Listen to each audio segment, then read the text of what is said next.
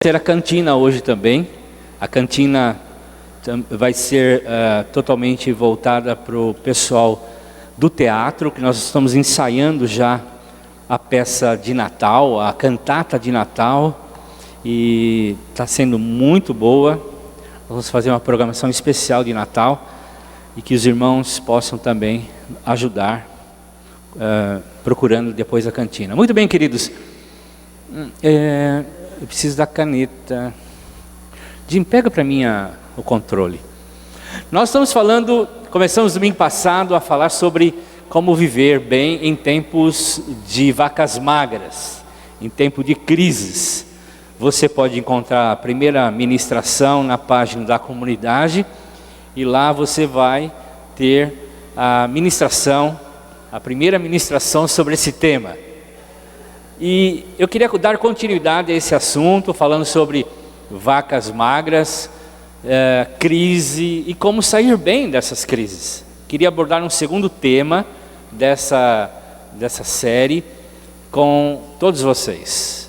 Vamos orar mais uma vez, vamos pedir que Deus fale ao nosso coração, que Deus prepare o nosso coração, que Deus ministre naquilo que nós necessitamos nessa noite. Feche seus olhos por mais um momento e vamos orar. Pai querido, nós te agradecemos pela adoração, louvor, oportunidade de servir. E também, Senhor, agora nesse momento oramos para que o Teu Espírito fale ao nosso coração. Toque nas nossas vidas. Tome o nosso coração de tal forma que nós saímos aqui convictos da Tua vontade, do Teu desejo para cada um de nós. Pai, nós confiamos em Ti e aguardamos em Ti a realização de todas as Tuas promessas em nossas vidas, e que nessa noite possamos entender um pouco mais sobre como viver bem nesse tempo, a discernirmos melhor esse tempo, que Teu Espírito fale ao nosso coração. Derrame sobre nós, Senhor, as Tuas bênçãos em nome de Jesus. Amém. Como viver bem em tempos de vacas magras. Estamos falando sobre isso. O texto é Gênesis 41, você pode abrir a sua Bíblia e aguardar um pouco, lá no texto de Gênesis, primeiro livro da Bíblia, capítulo 41. Nós estamos falando sobre aquele sonho que o faraó teve, e um sonho onde ele tinha visto 7 vacas gordas, e depois 7 espigas gordas, e depois as 7 vacas magras e 7 espigas bem mirradas. E as vacas magras engoliram as vacas gordas, naquele sonho de Walking Dead, né? Aquele sonho bem de terror, e depois as espigas magras engolindo as espigas gordas. Ninguém no reino conseguiu decifrar o sonho. O faraó teve certeza absoluta que era uma revelação, alguma coisa ia acontecer, não era apenas um sonho. Ele teve um sonho em 2 etapas, e agora tantos adivinhos e como os sábios da época não conseguiram decifrar o sonho. Naquela reunião, junto com esses adivinhos e sábios, esses camaradas que estavam discernindo o tempo, as circunstâncias, a economia, mas também espiritualmente a situação, eram esses camaradas que o faraó consultava num momento como esse, não tinham nenhuma resposta para esse sonho. O copeiro que estava ali servindo aqueles homens ouviu, e como 2 anos atrás ele tinha se encontrado com um homem chamado José, um hebreu preso, ele também se encontrava preso por um problema que aconteceu ali, e tanto ele como o padeiro tiveram um sonho. Eles estavam presos junto com José, tiveram um sonho, e o José decifrou os sonhos, e aconteceu realmente.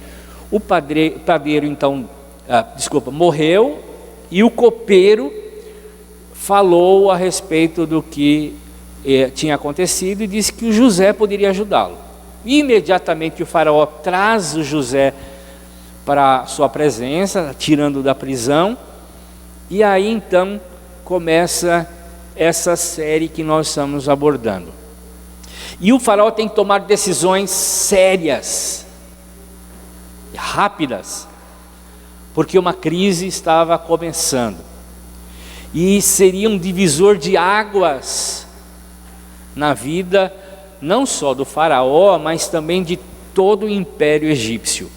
Assim também é na nossa vida, nós precisamos tomar decisões sérias, rápidas e precisas em momentos de crise. E para isso, nós falamos a semana passada que existe uma luz no fim do túnel, e essa luz é descobrirmos que em Deus nós podemos ter, de fato, uma solução para a nossa vida, seja crise econômica, seja de crise emocional e pessoal, relacional, enfim, qualquer tipo de crise. Em Deus nós podemos ter uma solução. Buscando a presença de Deus, nós temos uma solução. Foi isso que José disse ao faraó: olha, faraó, eu não faço nada, quem faz é Deus, e Deus vai revelar a você o que está acontecendo e vai dar uma luz no fim do túnel para tudo isso. Bem, para avançarmos nessa caminhada no fim, nessa luz no fim do túnel, nós precisamos ter uma atitude de reorganizar as nossas prioridades. Esse é o tema dessa noite. Em momentos de crise, seja elas quais forem, dimensões sejam na nossa vida, nós precisamos reorganizar as nossas prioridades. Isso é muito sério. Se você é um bom observador da natureza, você mora aqui em Foz há um bom tempo, ali na Avenida Paraná, você vai encontrar algumas árvores, ali principalmente naquele lugar onde se caminha, tem, né, perto do shopping, naquele fundo do batalhão, ali há algumas árvores que no inverno elas ficam completamente sem folhas. Já observaram isso? Completamente.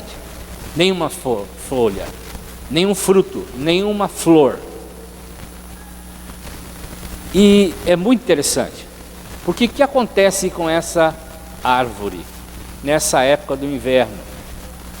Mesmo nessa época tão distinta do inverno, essas árvores fazem uma opção nessa época.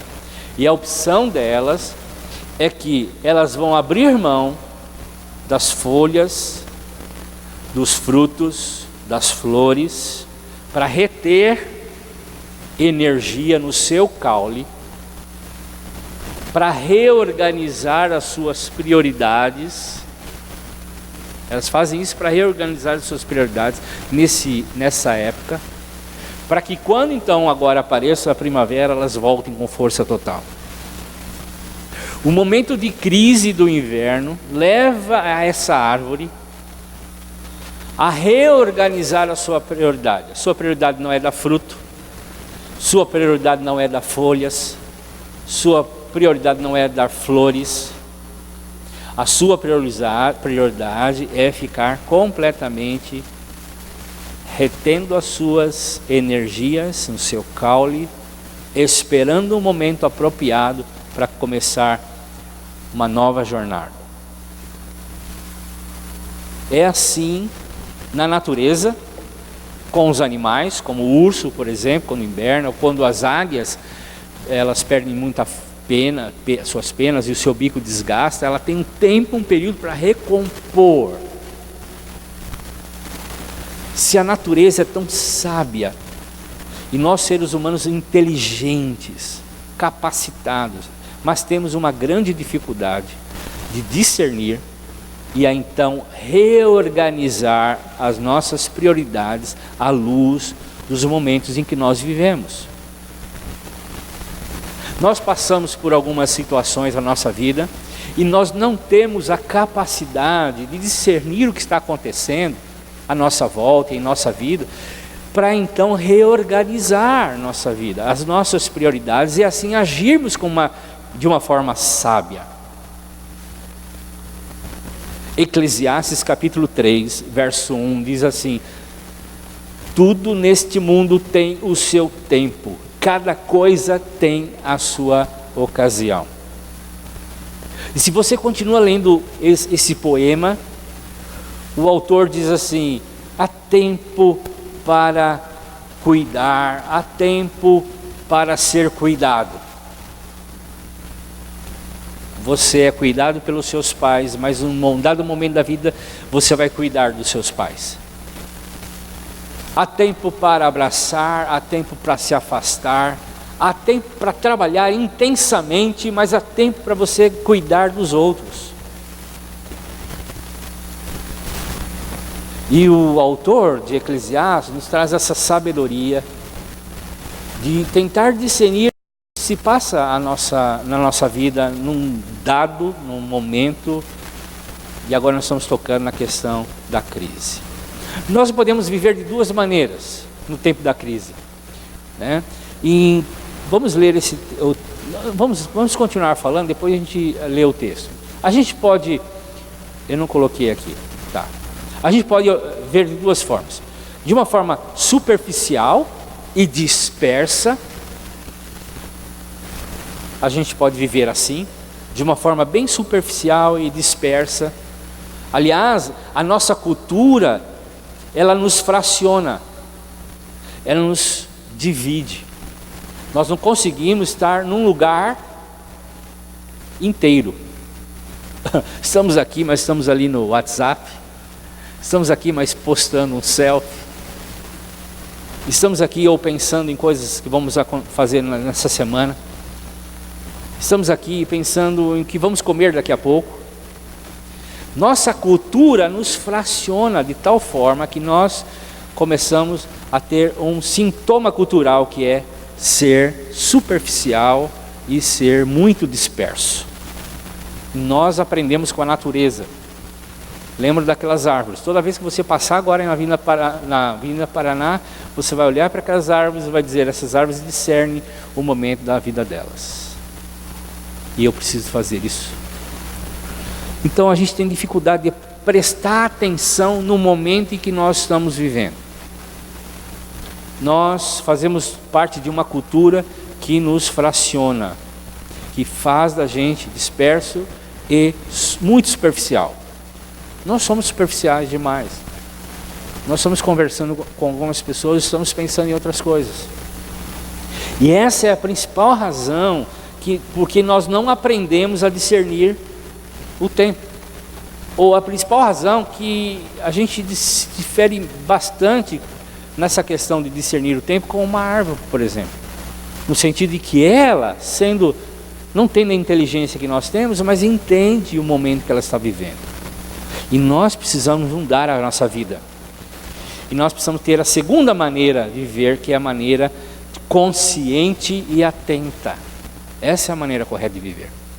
Então, nesse mundo, como diz o autor de Eclesiastes, tudo tem o seu tempo e tudo tem um propósito. O momento que eu estou vivendo, a crise que eu estou passando, tem um propósito. E eu preciso discernir isso.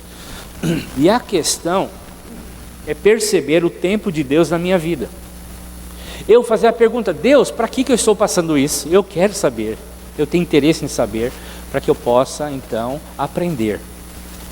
E Deus está nos convidando a viver esse momento da nossa vida, seja uma crise, em qualquer que seja da vida da gente, e a discernir o momento. E assim a gente pode reorganizar as prioridades da nossa vida com as prioridades de Deus. Eu trouxe aqui uma coisa que vocês devem estar curiosos, né? O que é esse monte de terra, areia aqui? Quando a gente tem a nossa vida, dá para vocês verem aí, né? Também, ok? A gente tem uma vida cheia de coisas. Vamos ajudar aqui a tentar encher a nossa vida. O que enche a nossa vida? Por exemplo, internet, né? A gente tem um tempo de internet. Vamos supor mais uma? A gente às vezes gasta muito tempo com internet. O que mais? Televisão, né? O que mais? Tá? Me ajudem agora. Vamos encher aqui muito trabalho. Às vezes muito mais trabalho. O que mais? Mais trabalho. Que mais? Me ajudem aí. Que mais enche o nosso tempo? Vamos lá. Vou ajudar você. O que mais enche o tempo das pessoas, não o nosso tempo, tá? O que mais enche o tempo das pessoas, irmãos? Fala aí. Tá? Novela, isso, vamos pôr uma novelinha aqui. Vale a pena ver de novo, pronto aqui. Que mais, irmãos? Me ajudem a encher a vida, tá? Um pouco de esporte também é bom. Um pouquinho de academia aqui, é bom também. É bom, coisa boa, irmãos. Não estou falando que é ruim ou se é ruim ou não estou falando disso, tá? Tá? Vamos encher alguma coisa, tempo vazio, né? Os homens, um pouco mais de vazio, né? Os homens gostam de ficar pensando no nada. E aí vamos pôr coisas interessantes, coisas de Deus, né? Vida de oração, palavra, né? Um pouco da palavra, o que mais? Vida de relacionamento, vida familiar, sair com amigos. Não cabe, né, irmãos? Está vendo? Está vazando. A vida da gente não tem espaço para algumas coisas e elas ficam sempre para fora da nossa vida. Mas vamos reorganizar isso. Vamos pensar, se a gente priorizar as coisas de Deus, vamos priorizar vida de oração, tempo de leitura, relacionamento, vida familiar. Vamos reorganizar, vamos colocar em primeiro, ok? Concorda? Então vamos agora colocar, espero que não vaze, as outras coisas.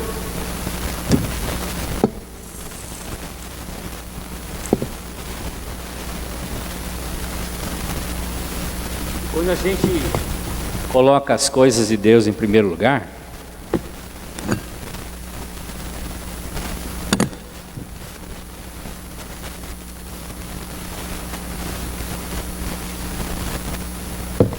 e reorganiza isso,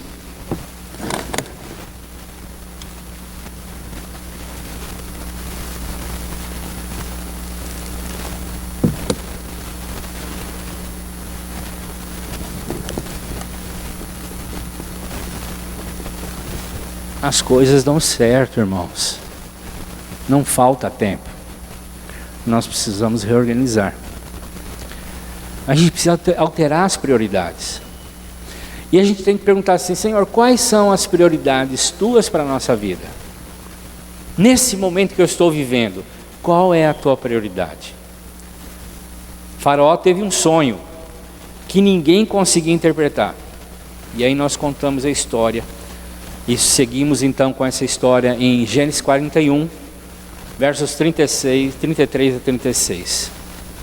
Josué continuou: portanto, será bom que o Senhor, ó rei, escolha um homem inteligente e sábio e o ponha para dirigir o país.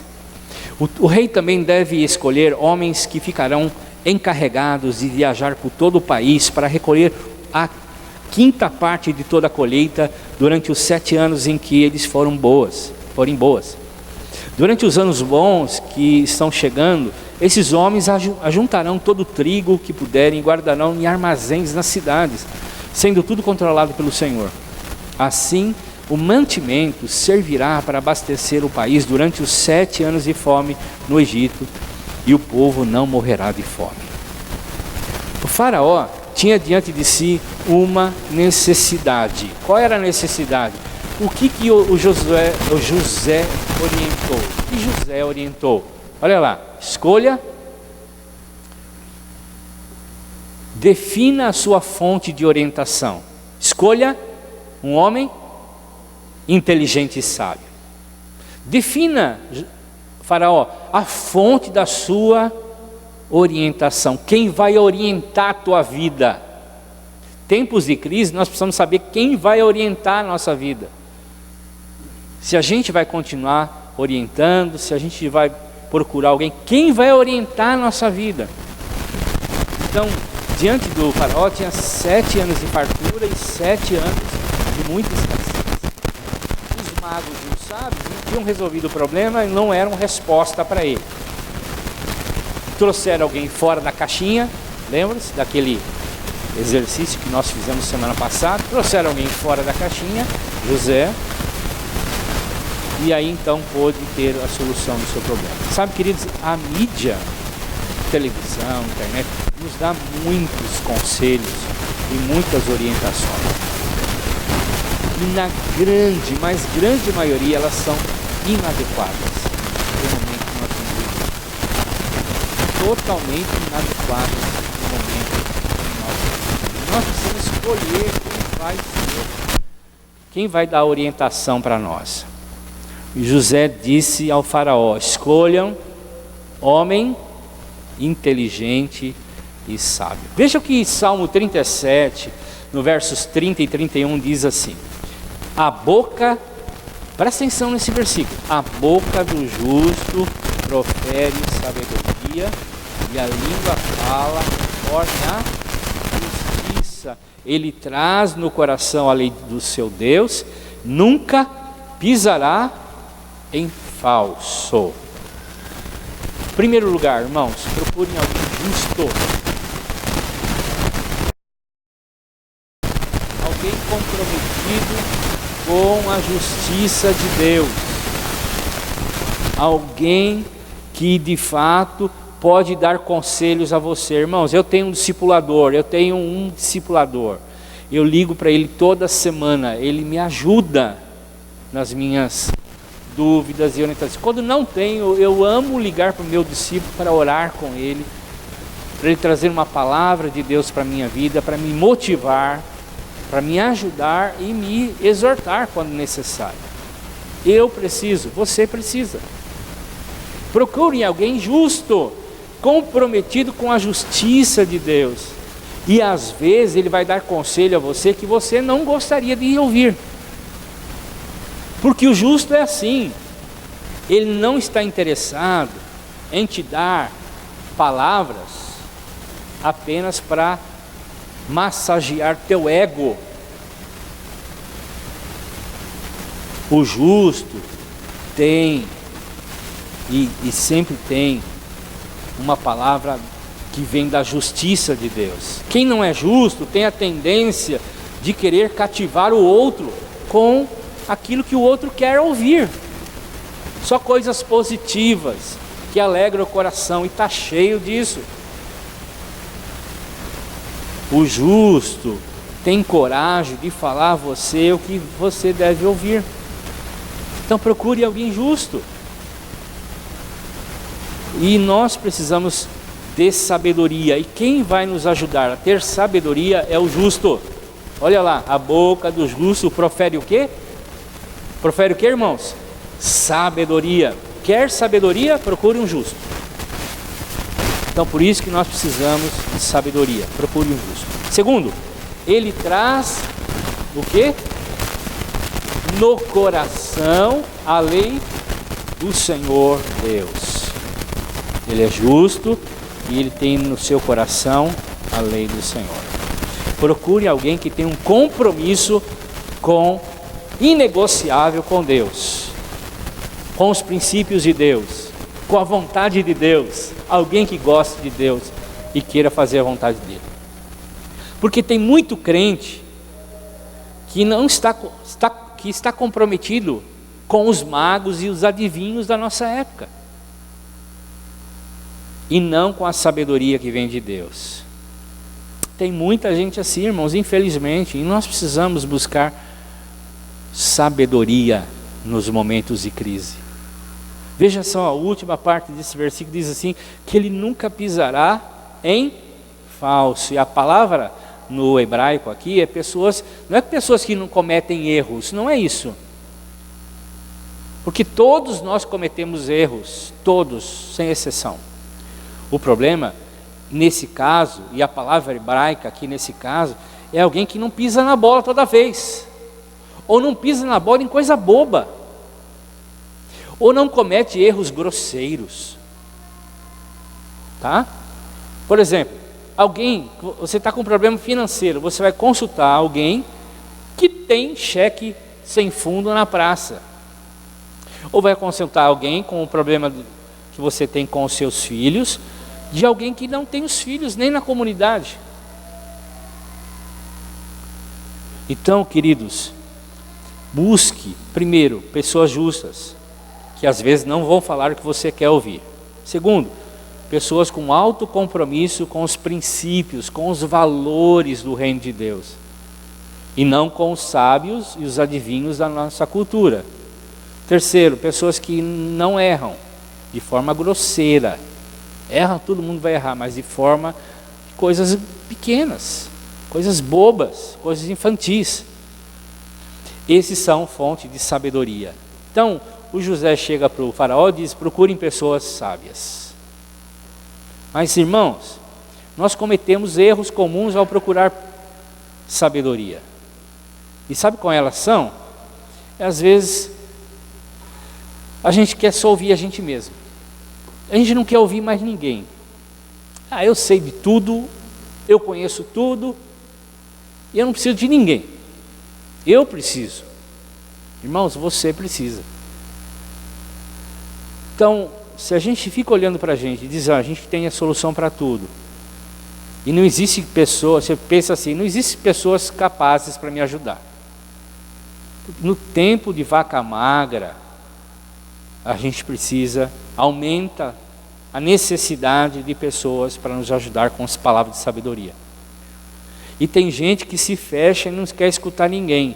E Provérbios diz que esse camarada é um tolo. Quem não quer ouvir os outros? E mais, Eclesiastes diz o seguinte: esse camarada está em perigo, porque ele vai cair e não tem quem vai ajudá-lo a levantar. E a gente precisa então dos outros. E não só isso, mas ouvir pessoas que têm conselhos que a gente quer ouvir, só o que a gente quer ouvir. Eu vou lá no irmão, porque aí ele vem aqui no Jimmy, o Jimmy dá uma palavra com ele, ele sai daqui e já marca: não, eu quero falar com o Zé. Ele não quer, ele quer ver uma segunda opinião, porque ele quer ouvir uma outra palavra. Aí ele ouve do Zé e fala: não, eu vou marcar com o Cleverson. Terceira, 3 vezes Deus fala, irmãos, aquela mentalidade. Porque a gente não quer ouvir alguns conselhos que é palavra de sabedoria de Deus para a vida da gente. Então, cuidado. Segundo, a gente precisa distinguir entre estratégia e operação. Veja em Gênesis 41, 34 a 35, ele diz assim que a gente precisa ter homens criteriosos e sábios para se comandar o Egito. O faraó teve que estabelecer supervisores, recolher 1/5 da colheita durante esses 7 anos de muita fartura, guardar, estocar esse trigo, ter o controle do faraó, para saber se está realmente sendo feito, armazenar isso, estocar durante 7 anos, para que a terra não seja arrasada, destruída pela fome. Em tempos de crise, nós precisamos disso, estratégia e operação. O faraó precisava estabelecer aí supervisores, 1/5 da colheita, enfim, já falei, recolher, estocar, porque nesse processo muita coisa podia ser perdida. Construíram coisas que não são suficientes para guardar o trigo, e assim por diante. Nós precisamos, por exemplo, irmãos, parar, ponderar e planejar tudo na nossa vida, principalmente no tempo de crise. Parar. O que a árvore da Avenida Paraná faz? Para de folha, para de flor, parar. Ponderar, guardar forças e planejar. Bom, eu vou usar minhas forças para isso. Então, antes de agir, a gente precisa ter isso. Quais são os passos que eu preciso dar? Eu preciso comprar algo, eu preciso economizar. Quanto tempo? Eu estou com um problema relacional em casa. Eu preciso dar mais tempo, conversar mais vezes com as crianças, ou com a esposa, ou com o esposo. com os pais. Eu preciso planejar isso. Porque a mente da gente, irmãos, sempre migra para as distrações, sempre. A gente se distrai fácil, mais ainda nesse mundo tão colorido, tão cheio de luzes. Nós somos bombardeados por tanta informação e por tantas decisões a serem tomadas, que nós nos perdemos nessas distrações. Faraó, pegue supervisores, recolha um quinto, construa celeiros, armazene, controle, faça tudo de uma forma planejada. Porque falta de planejamento gera mais crise, gera caos, um caos terrível. Caos em casa, no banco, na empresa, nos relacionamentos. Nós precisamos parar, analisar e estabelecer as prioridades. Quer ver um exemplo? Quer ver um exemplo de Jesus em Marcos capítulo 1, verso 35? Olha que texto interessante, irmãos. Marcos 1, 35 a 39.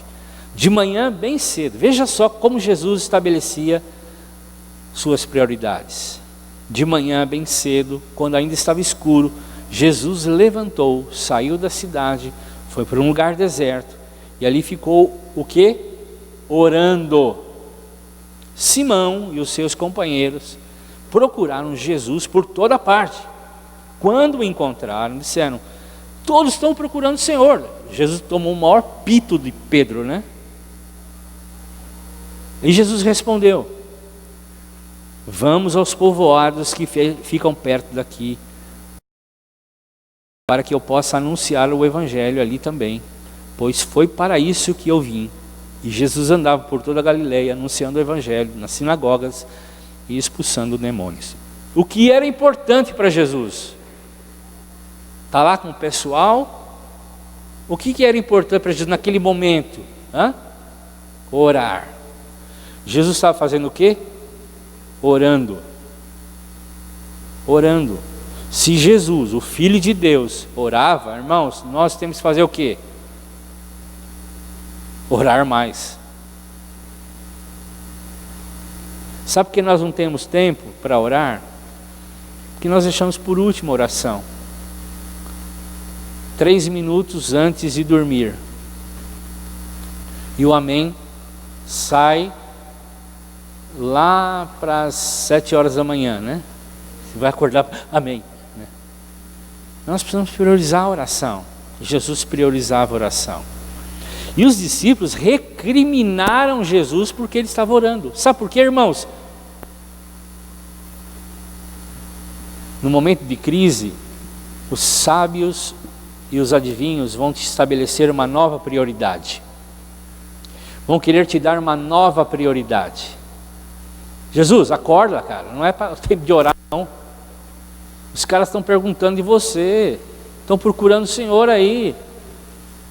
Cadê? Onde o Senhor estava? Que negócio é esse? Não pode sair assim. Quando a gente está passando por um momento de divisor de águas na nossa vida, e nós começamos a priorizar Deus, vamos ter muita gente, muitos nos criticando, ou tentando nos levar a ter outras urgências, e não prioridades. Jesus sabia o que era urgente e o que era prioridade. Urgente nos rouba as prioridades. O faraó, se não conhecesse o plano de Deus, naquelas safras todas bem-sucedidas, ele ia comprar, gastar, construir mais umas 5 pirâmides novas, né? Está precisando de pirâmide no Egito, tem poucas, vamos construir mais umas 15, né? Vamos alargar o Nilo, vamos construir aqui um piscinão do Nilo, né? Vamos fazer um monte de coisa. Se ele não tivesse uma visão de Deus, uma orientação de Deus, não estabelecesse planejamento e estratégia, ele gastaria o dinheiro. E quando viesse o tempo da crise, já era. Simão chegou para ele e disse: estamos procurando o Senhor aí. Onde o Senhor está? E Jesus, então, não entra na onda de Pedro, não ouve Pedro, não se curva à agenda do Pedro, que muitas vezes nós fazemos isso, nos curvamos na agenda de todo mundo. Que Jesus tem uma consciência do que é importante e do que é prioridade, e Jesus diz assim: não, eu tenho que ir aos povos perto daqui para pregar o Evangelho, estou me preparando para isso. E ele andava por toda a Galileia, essa era a direção, o alvo de Jesus, o alvo que o Pai deu a ele, era Galileia, anunciar o Evangelho e expulsar os demônios. Precisamos então, queridos, fazer isso aqui, ó. Parar, analisar e estabelecer prioridades. E último, para terminar, jamais perca de vista o propósito principal. 7 anos, guarde 1/5, construa armazéns, ajuste, distribua de maneira sábia. E no capítulo 41, verso 36, ele diz: esse estoque servirá de reserva para os 7 anos de fome e para que a terra não seja arrasada, destruída pela fome. Tem um propósito, e a gente não pode sair do propósito, irmãos. O propósito de Deus para nós é vivermos para a glória dEle. O propósito de Deus para a sua vida, se você ainda não descobriu, é viver para a glória dEle. Você só vai se realizar pessoalmente, tirar aquele vazio do seu coração, aquela angústia de ter conseguido conquistar um monte de coisa e nada suprindo o seu coração, quando você viver para a glória de Deus. Tem um propósito. O propósito de Faraó era guardar para a terra não ser destruída pela fome. Diferente daquele louco que nós vimos a semana passada, que Jesus disse lá em Lucas 12, que ele guardava para si. Ele tinha uma motivação errada. Ele construiu celeiros e tudo mais para si. E José diz: você vai construir isso para a terra não ser destruída, para os povos virem aqui comprar e não morrerem de fome. E foi aí onde Deus, vocês conhecem a história, reverteu todo o quadro. Os irmãos dele, que venderam ele, foram agraciados, abençoados por ele, perdoados por ele. Eles pensavam que ele estava morto. Naquele momento que eles foram da terra de Canaã para o Egito comprar comida, a terra foi assolada pela fome. Por isso que a conta não fecha. 1/5 aqui não é para o Egito, o 1/5 é para a terra. Todas as nações passaram fome. E Deus fez o milagre da multiplicação. Quantas pessoas, irmãos, começam muito bem com um propósito: eu vou fazer isso porque eu quero abençoar o reino, eu quero fazer grande o nome do Senhor, e chegam no caminho, no processo, e se perdem. Se perdem completamente. Não vai para a glória de Deus coisa nenhuma. Vai para a glória de si mesmo. Ele se quebra todo.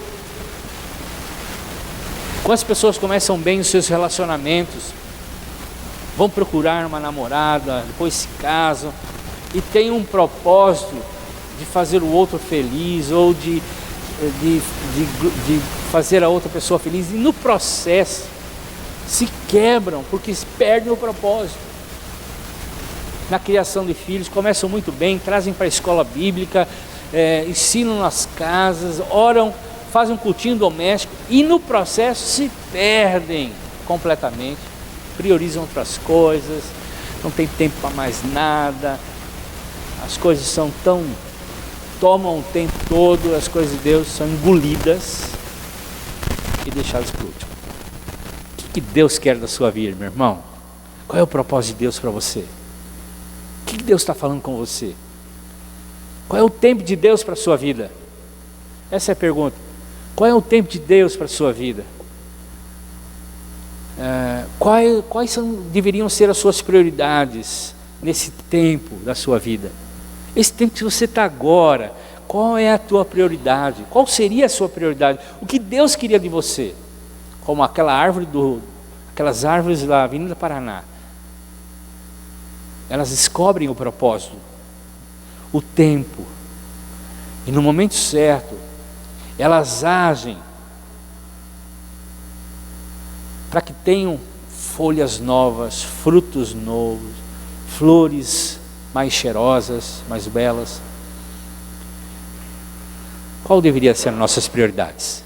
O que Deus quer da gente? Essa é a pergunta para você responder, pessoalmente e lá na sua célula. Amém, queridos? Vamos ficar em pé, vamos orar.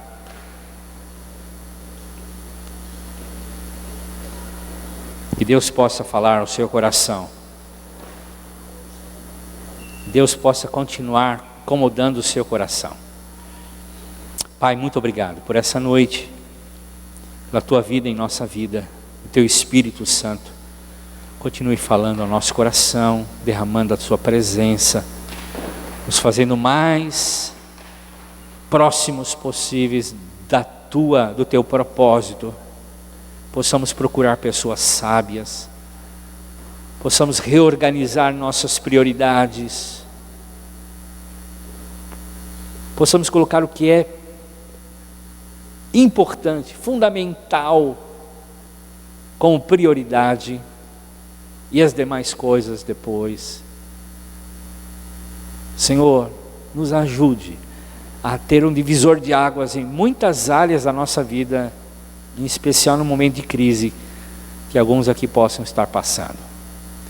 Pai, te louvamos, que essa semana seja abençoada, possamos descobrir o teu propósito em cada momento que nós estamos vivendo, para a glória do teu santo nome, Senhor, e para que as pessoas vejam a tua glória. Esse é o teu propósito, vejam a tua glória em nós.